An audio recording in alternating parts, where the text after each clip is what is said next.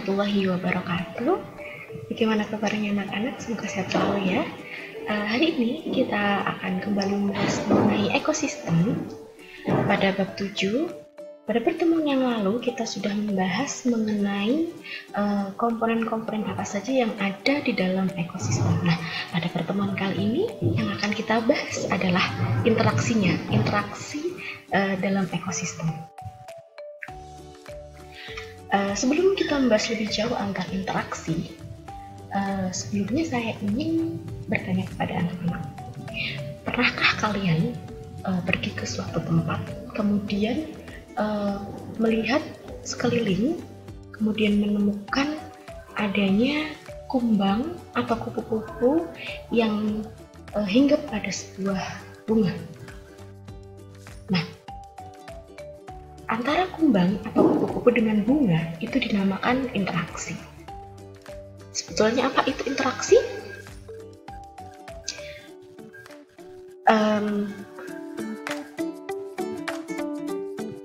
Ketika kalian mengamati hal tersebut, pasti ada dalam benak kalian itu berpikir mengenai bagaimana bisa dua spesies itu saling berhubungan. Kita kembali lagi kepada teori bahwa makhluk hidup itu tidak bisa hidup sendiri. Setiap makhluk hidup pasti butuh makhluk hidup yang lain untuk dia bisa bertahan hidup. Begitu juga dengan kumbang atau kupu-kupu tadi. Makhluk hidup itu memerlukan interaksi agar dia itu bisa tetap melangsungkan kehidupannya. Interaksi di sini ada dua komponen, yaitu komponen abiotik dan juga komponen biotik. Pengaruh komponen abiotik terhadap biotik itu sangat besar. Nah, dengan komponen abiotik yang berbeda, makhluk hidup yang tinggal di dalamnya beradaptasi dengan cara yang berbeda pula. Pada pertemuan sebelumnya sudah dibahas mengenai apa itu abiotik dan juga biotik. Nah, pada kesempatan kali ini kita akan bahas lebih dalam. Sementara itu, komponen biotik itu sangat memerlukan komponen abiotik. Karena komponen biotik itu tidak mungkin hidup tanpa komponen abiotik. Misalnya, makhluk hidup memerlukan oksigen untuk bernafas. Pasti karena ketika tidak ada oksigen, maka makhluk hidup tidak bisa bernafas, gitu ya. Kemudian ada tumbuhan hijau yang memerlukan karbon dioksida untuk melakukan fotosintesis. Begitu juga dengan tumbuhan hijau yang memerlukan cahaya, itu juga untuk fotosintesis. Manusia misalnya, manusia itu juga butuh cahaya, manusia butuh oksigen, manusia butuh air, dan komponen-komponen yang lain untuk bertahan hidup. Selanjutnya, interaksi antar komponen biotik. Ada beberapa macam, antara ada netral, kemudian ada predasi, ada simbiosis, ada kompetisi, dan juga antibiosis. Apa perbedaan dari semua ini? Nah, kita akan bahas satu persatu. Yang pertama adalah netral. Jadi hubungan netral itu tidak saling mengganggu dan tidak saling merugikan, pun juga tidak saling menguntungkan. Artinya ada atau tidak adanya suatu makhluk hidup. Bagi makhluk hidup A misalnya, ada atau tidak ada makhluk hidup B, bagi A dia tetap bisa hidup, tidak berpengaruh apa-apa. Contohnya, misalnya kambing dengan capung. Di suatu padang rumput misalnya, kambing itu sedang makan, kemudian ada capung. Ada atau tidak adanya capung, kambing itu tetap makan, gitu. Jadi dia tidak merasa terganggu, tidak merasa dirugikan, pun juga tidak merasa diuntungkan. Kemudian selanjutnya ada yang namanya predasi. Predasi ini hubungan antara mangsa dan pemangsa. Jadi misalnya seperti buaya dan ganjil. Jadi antara karnivor dan juga herbivor. Pemangsa itu adalah hewan karnivor yang akan memangsa dari hewan herbivor. Kemudian misalnya lagi ada contohnya ular dengan tikus, kemudian kucing dengan tikus. pokoknya hubungan antara dua makhluk hidup, yang dimana makhluk hidup A itu akan memangsa makhluk hidup B, karena makhluk hidup B itu adalah sumber makanannya gitu. Kemudian selanjutnya ada yang namanya simbiosis. Simbiosis itu pasti sudah pernah kalian dengar ketika kalian berada pada sekolah dasar, bahwa simbiosis itu ada 3. Apa sih sebenarnya simbiosis itu? Jadi simbiosis itu adalah hubungan yang sangat erat antara dua individu yang berbeda jenis. Dibagi menjadi 3, yaitu ada mutualisme, komensalisme, dan juga parasitisme. Nah, simbiosis mutualisme. Apa sebenarnya simbiosis mutualisme? Kenapa dinamakan simbiosis mutualisme? Simbiosis mutualisme itu adalah simbiosis hubungan yang erat antara dua makhluk hidup atau ya, yang saling menguntungkan. Jadi sama-sama diuntungkan. A bisa mendapatkan keuntungan, B juga bisa dapat keuntungan. Contohnya apa? Contohnya misalnya ada kupu-kupu dengan bunga. Kupu-kupu mendapatkan sari makanannya dari bunga, dan juga bunga diuntungkan karena dengan adanya kupu-kupu, bunga bisa melakukan penyerbukan.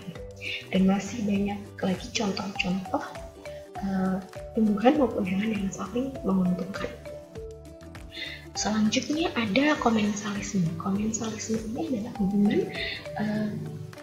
dua makhluk hidup atau lebih, yang dimana satu makhluk hidup itu diuntungkan dan satunya lagi itu tidak berpengaruh atau tidak merasa dirugikan dan juga tidak merasa diuntungkan. Contohnya, misalnya tumbuhan pohon misalnya ya, pohon, kemudian dengan bunga anggrek. Nah, bunga anggrek itu mendapatkan keuntungan karena dia bisa mendapatkan cahaya matahari dengan cara dia menempel di pohon itu. Sementara si pohon, dia tidak berpengaruh apapun. Ada atau tidaknya anggrek, dia tetap hidup. Karena anggrek, dia tidak menyerap sari makanan dari si pohon, dia hanya menempel saja, hanya numpang saja. Gitu. Kemudian selanjutnya ada yang namanya parasitisme. Sering sekali kita dengar bahwa hubungan parasitisme itu adalah hubungan yang merugikan antara dua makhluk hidup atau misalnya A itu sangat dirugikan karena adanya B, sementara B dia diuntungkan karena adanya A. Jadi seperti B ini egois sekali gitu ya. Misalnya cacing kita yang ada di dalam tubuh makhluk hidup, dia akan menyerap sari-sari makanan dalam inangnya, sementara si inang dia akan merasakan rugi karena sari makanannya diambil oleh cacing itu tadi. Kemudian ada yang namanya kompetisi. Kompetisi itu adalah hubungan persaingan untuk mendapatkan hal yang sama. Kenapa makhluk hidup itu perlu berkompetisi? Karena kalau nggak ada kompetisi, maka makhluk hidup itu tidak akan mendapatkan sesuatu yang cukup lebih untuk dia. Dia hanya mendapatkan bahkan sedikit atau bahkan tidak mendapatkan apapun. Gitu ya.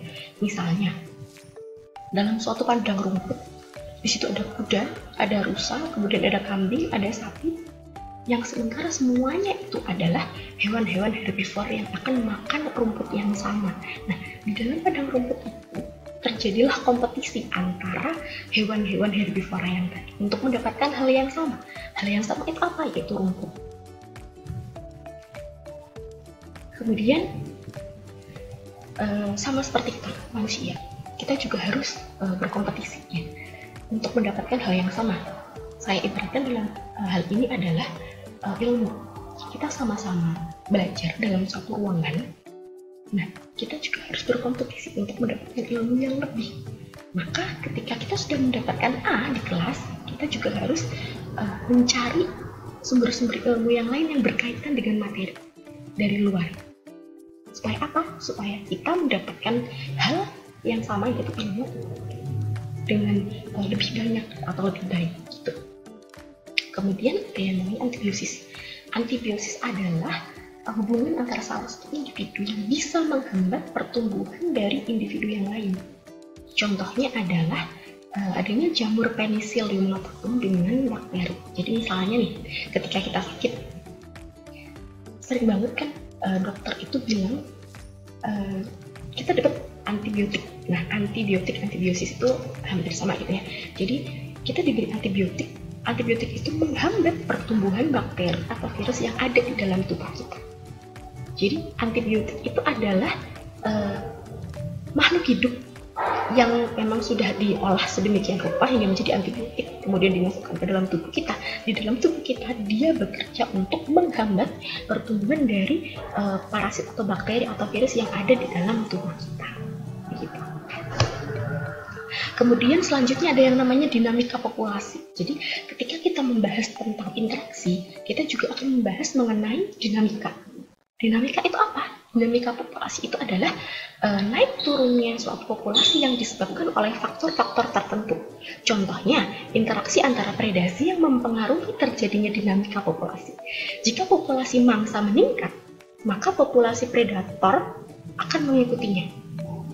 Namun, jika populasi predator itu yang meningkat, maka populasi mangsa justru akan menurun karena terlalu banyak yang memangsanya gitu ya.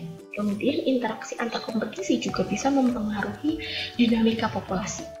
Jadi makhluk hidup yang mampu bertahan akan tetap melangsungkan kehidupan.